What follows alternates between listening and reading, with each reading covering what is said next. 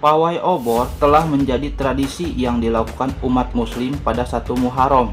1 Muharram merupakan hari pertama dalam kalender Islam. Tanggal tersebut juga menandai pergantian tahun baru Islam.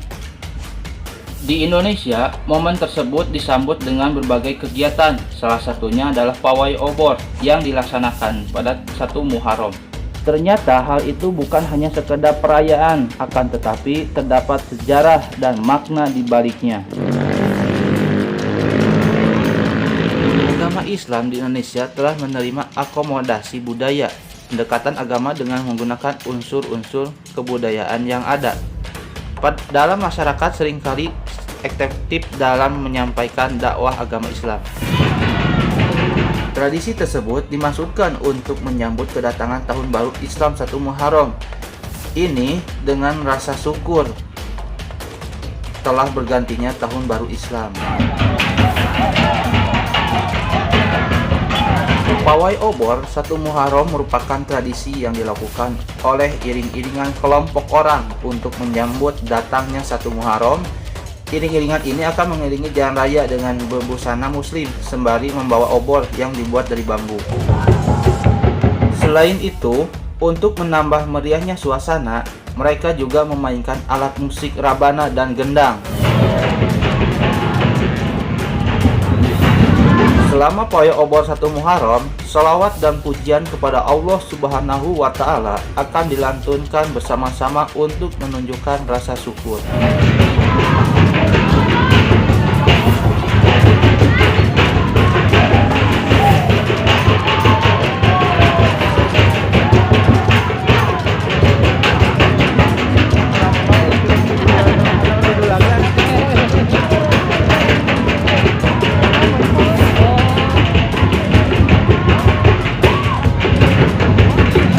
Sejak awal dimulainya tradisi ini, tidak ada ketentuan khusus untuk mengenai siapa yang boleh mengikuti pawai.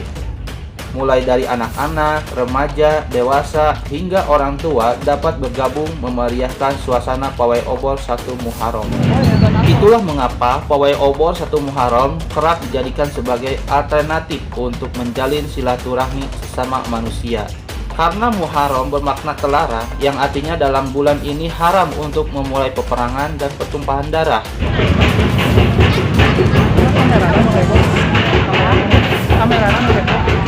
Tradisi pawai obor dalam memperingati tahun baru Islam di Kabupaten Purwakarta, latar belakang penetapan 1 Muharram telah dimulai sejak zaman jahiliyah.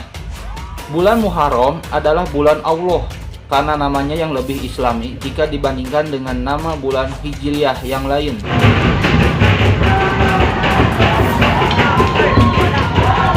Selain Muharram, nama bulan Hijriyah lainnya adalah nama yang dipakai pada masa jahiliyah. Sementara itu, ketika Islam ada, Allah menyebut Safar Awal, nama bulan Muharram saat masa jahiliyah, sebagai Muharram dan dinisbahkan dengan asmanya.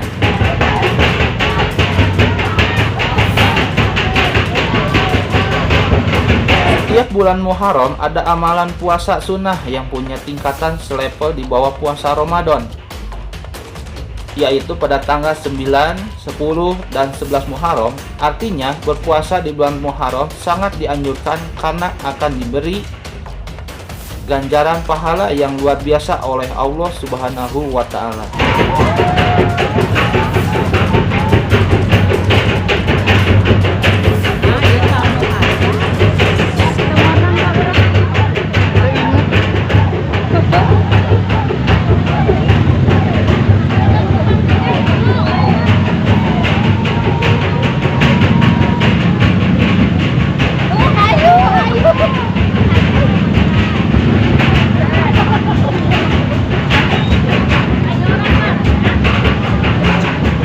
Sejak zaman jahiliyah, nama-nama bulan Hijriyah sudah ditetapkan.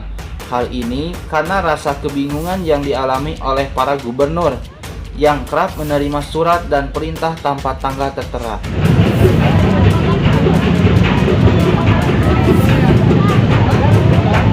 Selanjutnya, Sayyidina Umar bin Khattab, sahabat dan sederet orang kepentingan lainnya melakukan musyawarah terkait sistem penanggalan.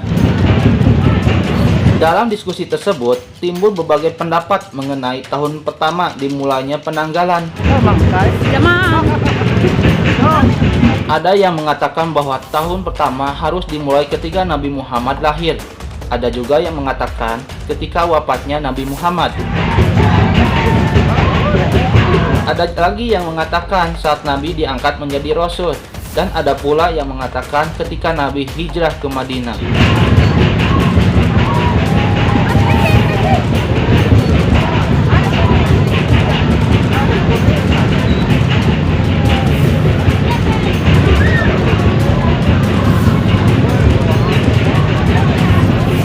Setelah melalui beberapa pertimbangan di sana-sini, akhirnya diputuskan bahwa permulaan tahun dalam sistem penanggalan Islam dimulai saat Nabi Muhammad SAW berhijrah dari Mekah ke Madinah.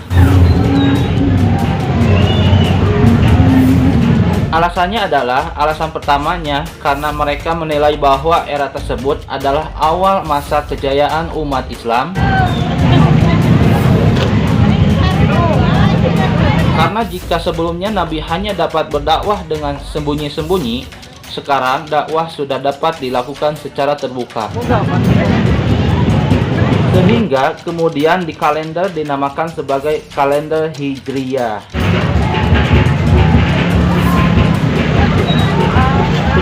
Akan tetapi, tidak hanya mengenai penanggalan saja, diskusi masih berlanjut membahas bulan pertama dalam kalender Hijriyah.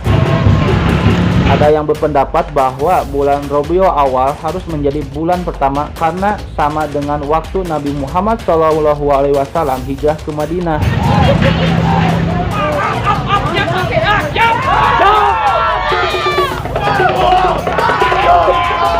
Namun pada akhirnya Sayyidina Umar bin Sayyidina Utsman menetapkan bulan Muharram sebagai bulan pertama.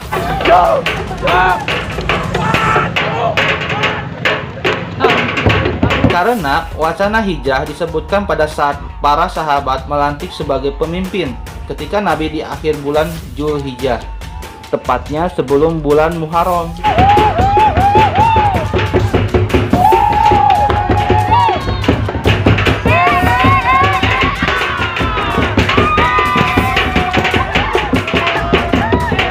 Dalam keadaan zaman sekarang, tradisi pawai obor tidak seperti dulu yang menyala banyak orang. Kenapa? Karena perbedaannya zaman dulu, banyak sekali para masyarakat ikut partisipasi dalam merayakan Tahun Baru Islam, terutama pawai obor. Entah kenapa, sekarang tradisi pawai obor hanya dimeriahkan oleh beberapa kalangan pemuda saja. Ini seperti sebuah api obor yang hampir padam akibat bensin yang akan segera habis. Beberapa yang lain hanya bisa menyaksikan. Dulu, masyarakat hampir semua rumah kosong tanpa penghuni. Mereka ikut berpartisipasi dalam meriahkan Tahun Baru Islam. Semenjak dulu, setiap perkampungan akan ada rombongan yang ikut bergabung dalam pawai obor. Baik itu rombongan pengajian, pemuda gabut, ibu-ibu majlis, bapak-bapak jamaah masjid, serta masyarakat lainnya. Untuk sekarang, bedanya sekarang yang ikut meramaikan pawai hanya beberapa kalangan pemuda, bapak-bapak, ibu-ibu, dan anak-anak atas dorongan ustadz. Bahkan lebih parahnya lagi, yang ikut berpartisipasi yang kami lihat hanya 3 wilayah kampung saja. Di antaranya Kampung Gandasoli, Kampung Pangkalan, dan rombongan dari Wanayasa. Tapi itu tidak tahu ya, mohon maaf apabila kami salah.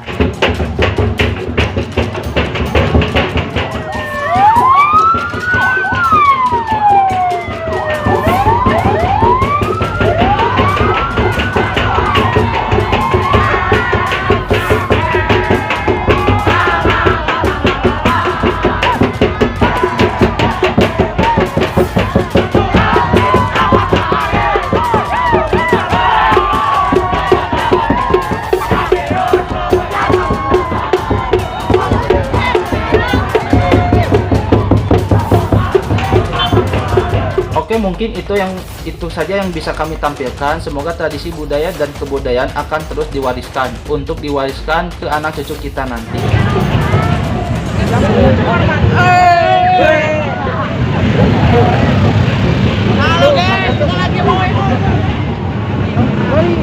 Dan semoga tradisi yang sudah diwariskan tidak akan pernah padam seperti api obor yang akan selalu menyala. Baik, cukup sekian ya untuk video kali ini. Sampai jumpa di episode selanjutnya. Dah.